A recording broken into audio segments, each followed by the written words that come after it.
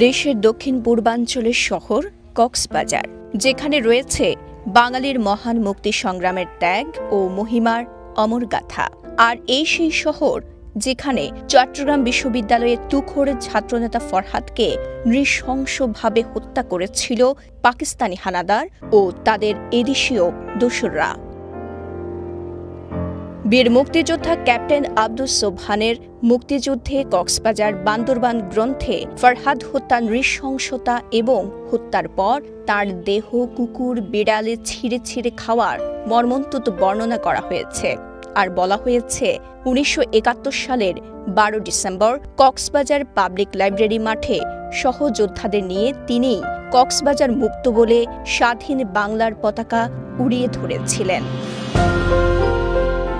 বর্তমানে বেঁচে আছেন এমন কয়েকজন বীর মুক্তিযোদ্ধার সাথে কথা হয় কালের কণ্ঠে। ৭১-এর এই বীর সেনানীরা তুলে ধরেন বাঙালির ৯ মাসের রক্তক্ষয়ী মুক্তি সংগ্রামের ইতিহাস আর বর্ণনা করেন কক্সবাজার মুক্ত হওয়ার দিনের স্মৃতিচারণ। এই ৯ মাসের মধ্যে আমি কোনো সময় বাসায় আসতে পারিনি। আমি এক বাবার এক ছেলে।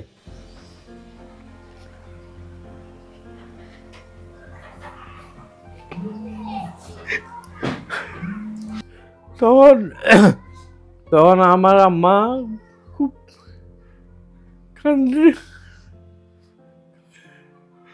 কান্নাকাটি করতো।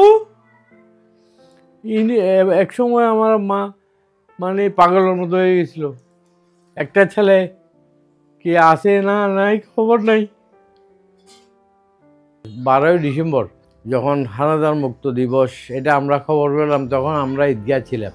ঈদগাহ থেকে আমরা মার্চ করে আসছি বাজারঘাটায়, যে একটা পুকুর আছে, পুকুরের বাজারঘাটা এসে ওখানে আমরা একটু আনন্দ উল্লাস করলাম।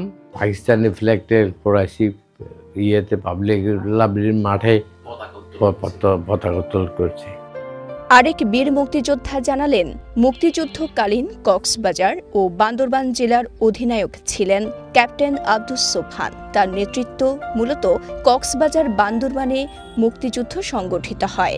১৯৭১ সালের ১২ ডিসেম্বর আনুষ্ঠানিকভাবে কক্সবাজার শহরের পাবলিক লাইব্রেরির শহীদ দৌলত ময়দানে বাংলাদেশের জাতীয় পতাকা উত্তোলনের মধ্য দিয়ে কক্সবাজারকে শত্রুমুক্ত ঘোষণা করা হয়েছিল।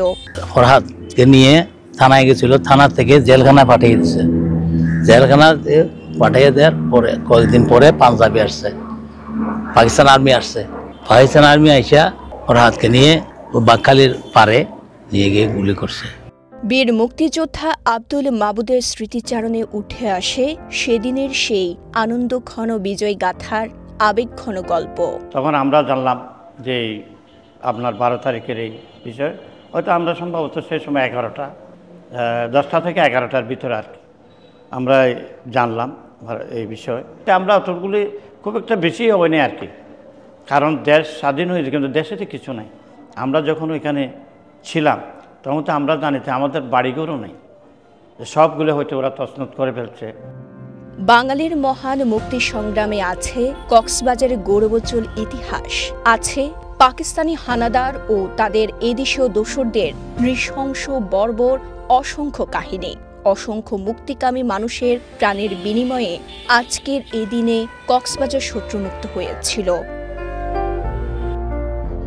কক্সবাজার থেকে আরস ফারুকের পাঠানো তথ্যচিত্রে সাফা মারওয়া, কালের কণ্ঠ, চট্টগ্রাম।